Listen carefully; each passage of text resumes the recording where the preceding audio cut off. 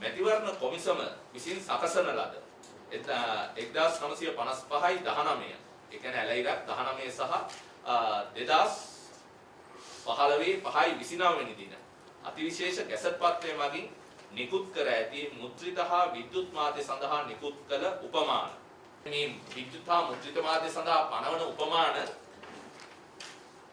36ක් සඳහන් කරලා තියෙනවා. නමුත් 26 වන උපමානයේ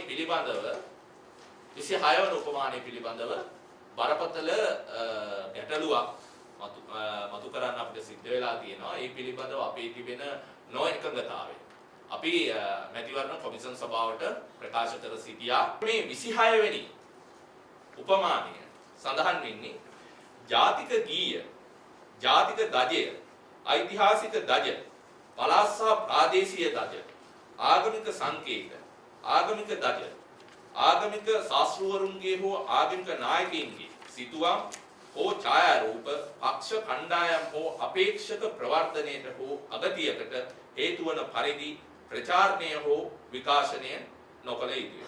එවැනි ද ඇතුළත් දැන්වීම ප්‍රචාරණය හෝ විකාශනය නොකළ යුතුය.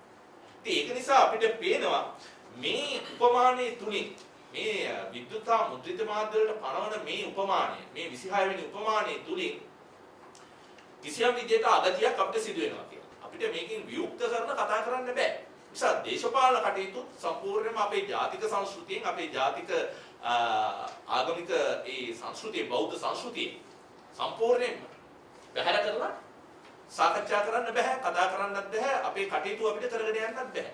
ඉතින් ඒ නිසා අපි කියන්න කැමති මෙන්න මේ උපමානයේ පිළිබඳව අනිවාර්යයෙන්ම නැවත වතාවක් සලකා බැලිය යුතුයි. මේකෙන් අපිට විශේෂයෙන්ම අගතියක් සිදු වෙන්න පුළුවන්.